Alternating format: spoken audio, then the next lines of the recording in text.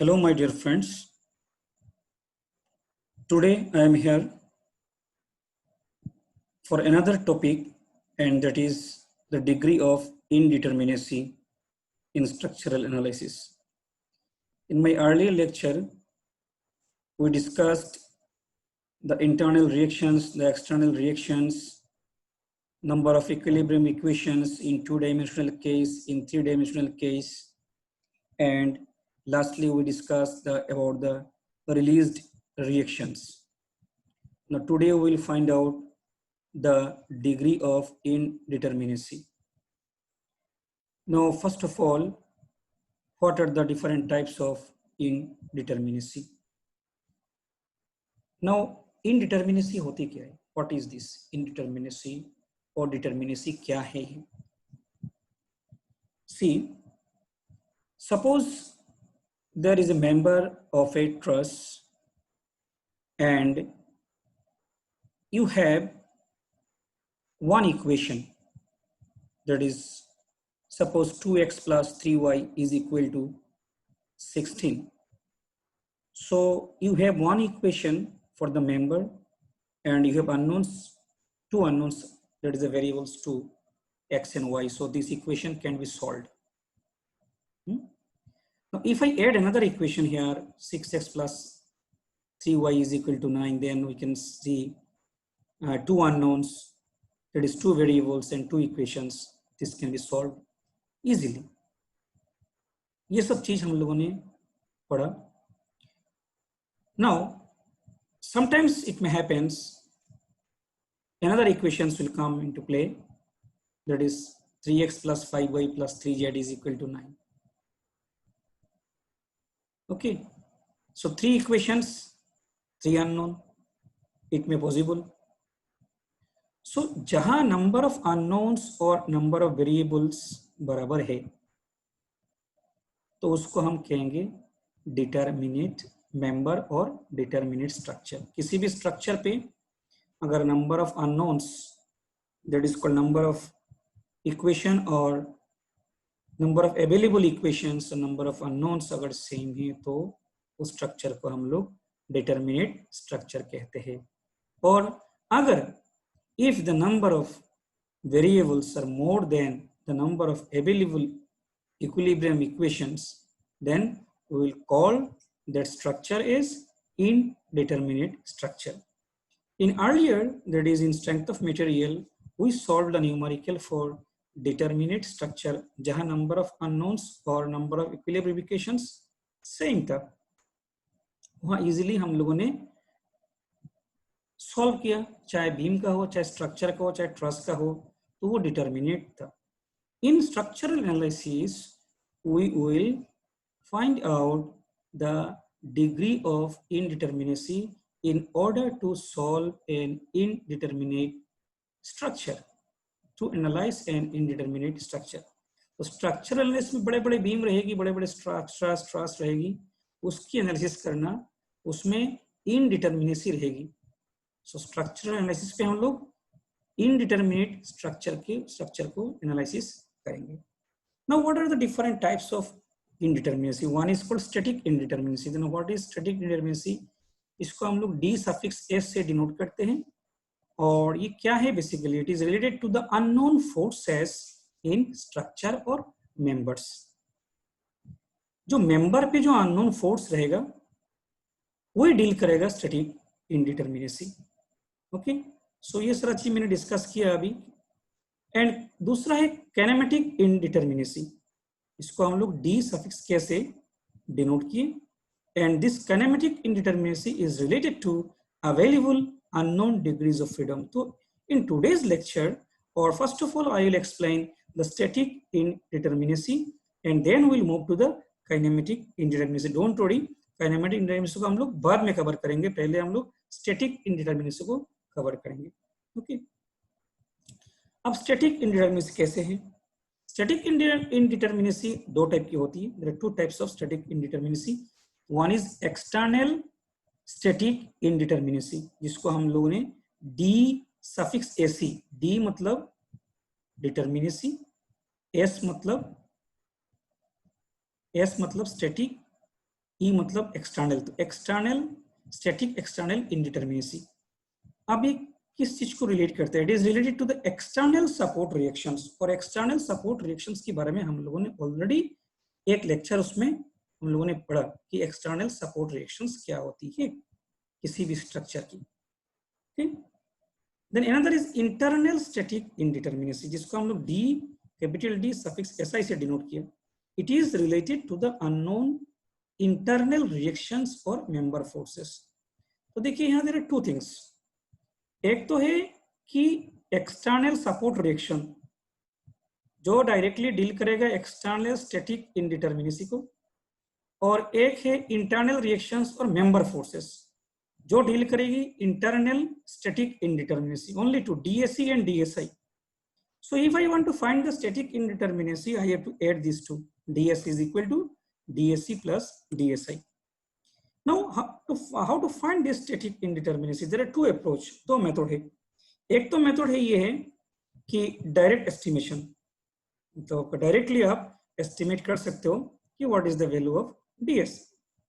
और दूसरा है कि अलग अलग पार्ट पढ़ करके पहले आप DSE कैलकुलेट करिए, फिर DSI कैलकुलेट करिए, देन दोनों को ऐड करिए। The second approach is two steps approach. First you have to find out DSE and then DSI, okay, then you have to add it. So मैं पहले आप लोगों को डायरेक्ट एस्टिमेशन दिखाऊंगा DS। कंपैरेटिवली इफ आई से comparatively अगर देखा जाए तो सेकंड स्टेप, टू स्टेप वाला थोड़ा आसान है। Okay, one by one I will explain all this thing with the help of different examples. Now static indeterminacy, how to find out the static indeterminacy. पहले तो बताइए कि डिटरमिनेट स्ट्रक्चर क्या होता है, इंडिटरमिनेट स्ट्रक्चर क्या होता है। ऑलरेडी मैंने एक्सप्लेन किया, फिर भी दोबारा बता रहा हूँ। If the structure is analysed by using equation equilibrium, using equation of equilibrium, it is called statically determinate structure. कोई भी स्ट्रक्चर को अगर आपने इक्विलिब्रियम इक्वेशन से एनालाइज किया, 2D केस पे how many equations are there? In case of 2D case there are 3 equilibrium equations. क्या क्या है? Summation fx equal to 0, summation fy equal to 0, summation mz equal to 0. Moment about zx is equal to 0. And in case of 3D there are 6 equilibrium equations are there. Sigma fx equal to 0, sigma fy equal to 0, sigma fz equal to 0. Then sigma mx equal to 0, sigma my equal to 0, sigma mz equal to 0. So now in both 3D and 2D cases, if your structure is analyzed or can be analyzed by solving or using these equilibrium equations, then we can say the structure is statically determinate structure. और ये 2D case के लिए हम लोगों ने strength of material में बहुत सारे प्रॉब्लम्स किए हम लोगों ने ऐसे डिटरमिनेट स्ट्रक्चर की, बीम की या ट्रस की। Okay, now if the given member of structure cannot be analyzed using equilibrium equations, means आपकी स्ट्रक्चर जो की जो मेंबर्स है, आप उस मेंबर की जो फोर्सेस है, you are unable to analyze with the help of these equilibrium equations, whether it is a 2D case or it is a 3D case. For 2D case 3 equations are there, for 3D case 6 equations are there. अगर आप analyse कर नहीं पा रहे हो, so that structure is called the statically indeterminate structure. Sometimes it is called the hybrid structure or it is also called redundant structure. So structural analysis पे हम लोग statically indeterminate structure को analysis करेंगे। Now what is degree of indeterminacy or called static determinacy? क्या होता है ये? It is nothing but the unknowns minus known. Suppose as for example you have 3 variables x, y and z and you have 2 equations. So known है equation, known 2 है और unknown कितनी है? 3 है. So 3 minus 2 is 1. So degree of indeterminacy और static indeterminacy क्या है?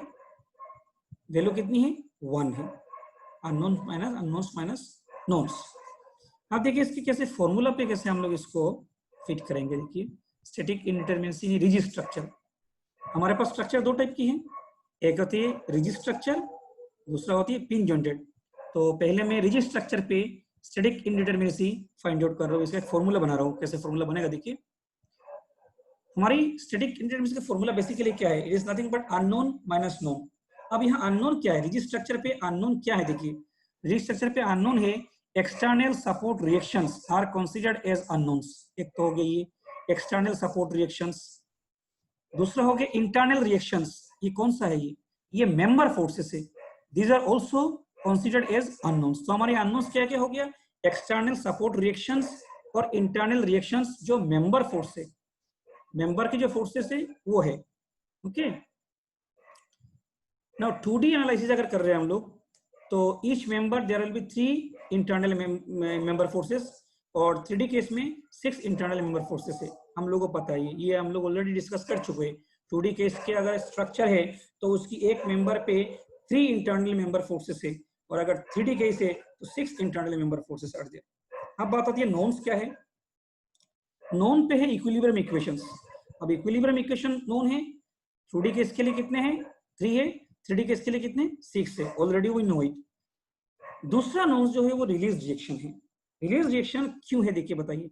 Suppose 2D case मान लीजिए, फॉर एग्जांपल 2D केस हम लेते हैं। In case of 2D case देखिए, how many member forces are there, there are 3 member forces are there ना। 2D केस के लिए 3 member forces are there.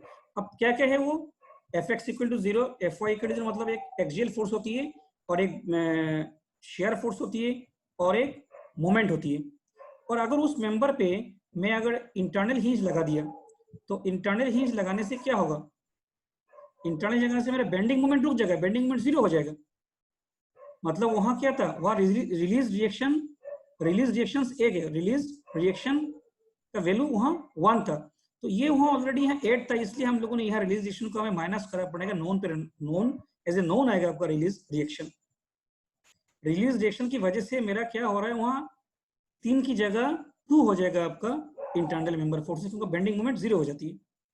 So there are 2 knowns, one is equilibrium equations and other is release reactions. Now in 2D 3 equilibrium equations are there, in 3D 6 equilibrium equations are there, already we discussed। अब देखिए formula कैसे बनेगा, ds is equal to unknowns minus knowns। in 2D unknown is equal to, हमने लिखा re, re क्या है, it is the external reaction, re is external reaction, plus unknown क्या था, मेंबर फोर्सेस। तो मेंबर फोर्सेस मैंने ये 3m दिया, एक मेंबर पे कितने फोर्स है, 3 है, और नंबर ऑफ मेंबर्स अगर m है और m is the number of members, तो हमने 3 से मल्टीप्लाई किया, तो टोटल अननोन्स हो गया मेरा re is the external reaction plus 3m is the member forces। member force 3m because in each member there will be 3 internal forces, so it is 3m, so re plus 3m is the unknowns। and knowns क्या है देखिए, 3j plus r लेगा। अब 3j क्यों, नोन्स पे क्या आ रहा है, रिएक्शंस आ रही है। 2D केस में एक जॉइंट पे कितने रिएक्शंस है, नोन 3 है, एक जॉइंट पे 3 है, सो 3j हो गया, plus r is the release reaction. 3j is because in one joint there will be 3 internal reaction, 3 support reaction for 2D cases, so 3j plus r। अब इसको अगर हम ऐड करें तो this is the formula 3m plus re minus 3j plus rr। और in case of 3D the difference, क्या difference होगा, ये मेंबर यहाँ क्या होगा, पहले हमने 3 से मल्टीप्लाई किए थे, अभी हमें 6 से मल्टीप्लाई करना पड़ेगा, और j के साथ 6 जैसे मल्टीप्लाई करना पड़ेगा, क्योंकि इक्विलिब्रियम इक्वेशन 6 है इन केस ऑफ 3D, और एक मेंबर पे there will be 6 internal member forces for each member, so it is 6m, so ultimately I am getting here 6m plus re minus 6j plus rr। so ये तो है, और आगे मैं आपको बताऊंगा दूसरा जो मेथड है हमारा 2-step मेथड, वो मैं बताऊंगा। 2-step method is little bit easy compared to this, so we'll discuss in my next class। okay, so thank you very much।